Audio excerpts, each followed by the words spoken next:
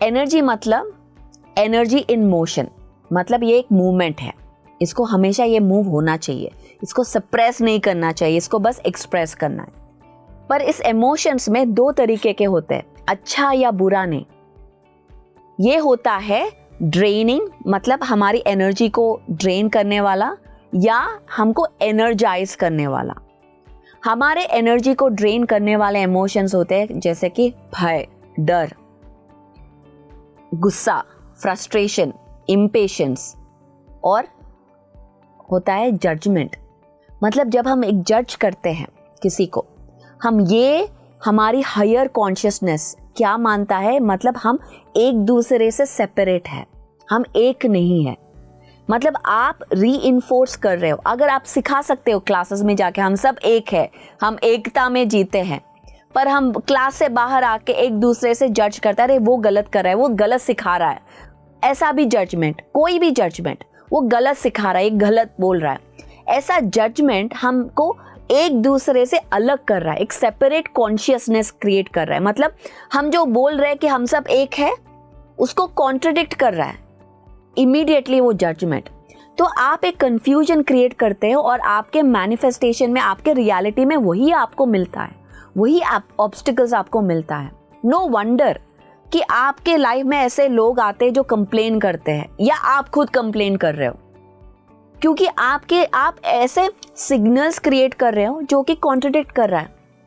मतलब आप एक तरफ बोल रहे हो कि हम सब एक है, हम सब एक सोर्स से आए हैं, और फिर बाहर आप कह रहे हो कि अरे ये गलत हो रहा है, वो गलत बोल रहा है।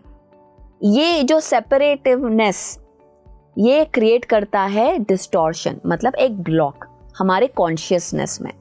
तो हमारी जो मैनिफेस्टेशन है वो हायर कॉन्शियसनेस से एक ईगो कॉन्शियसनेस में लेके आता है। एक ईगो एक ह्यूमन डेंसिटी, मतलब एक अर्थ 3D डायमेंशन का ये एक इमोशन है।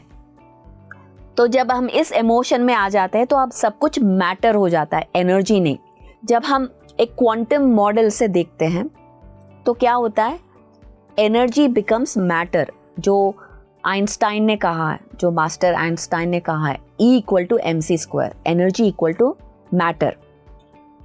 जब हम हायर कॉन्शियसनेस में रहते हैं एनर्जी बनता है, पर जब हम एक 3D लेवल में आ जाते हैं वो मैटर बन जाता है। तो जब हम इस इमोशन में रहते हैं, एक कंप्लेन मोड में, जजिंग मोड में, एक ड्रामा या गॉसिप मोड में होते हैं, तो हम और मैटर बन जाते हैं। तो चीज़ों को चेंज करना, अपनी रियलिटी को चेंज करना एक बहुत ही एक इम्पॉसिबल टास्क बन जाता है। अरे कैसे हम चेंज करें, कैसे कुछ हो सकता है, कैसे पैसे आ सकते हैं, कैसे ये हो सकता है, तो कैसे टीम बन सकता है, कैसे हम दूसरों का कोऑपरेशन ले सकते हैं, कैसे हम कलेक्टिवली काम कर सकते हैं। ये सारे जो क्वेश्चंस एक इम्पॉसिबल टास्क बन जाते हैं, क्योंकि हम अभी भी एक 3D लेवल में, एक मैटर लेवल में सोच रहे हैं या उस स्थिति में है।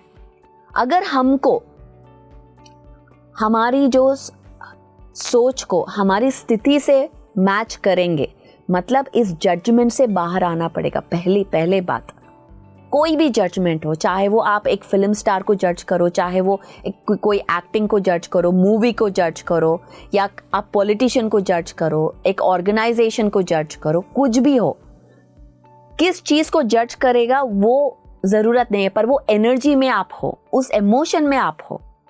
क्योंकि हमारे ब्रेन को वो उसको फ़र्क नहीं पड़ता कि हम इसके बारे में जज करें, ये गलत है, ये सही है, तो ये ठीक है, उसको फ़र्क नहीं पड़ता है। उसको यही लगता है कि आप जज कर रहे हो। जब आप इस जोन में हो तो आपके अंदर वो एनर्जी ड्रेनिंग वो एक्टिवेट हो जाता है, वो सिंपैथेटिक नर्वस सिस्टम जो कि एक्टिवेट करके आपकी एनर्जी को ड्रेन कर रहा है। ये होता है स्ट्रेस रिस्पॉन्स।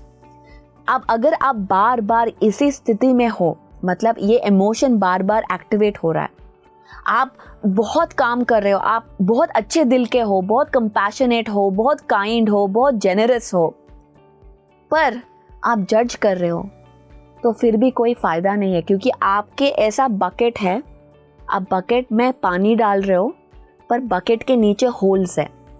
तो आप पानी तो डाल रहे हो, पर ये होल्स को आप बंद नहीं कर रहे हो। तो आपको जितना भी कर रहे हो पर फिर भी आपको ड्रेनिंग ही लगता है, यार जितना भी करो कम है, वो कुछ नहीं बदलेगा, ऐसे ख्याल, ऐसे इमोशंस आपको आने लगते हैं।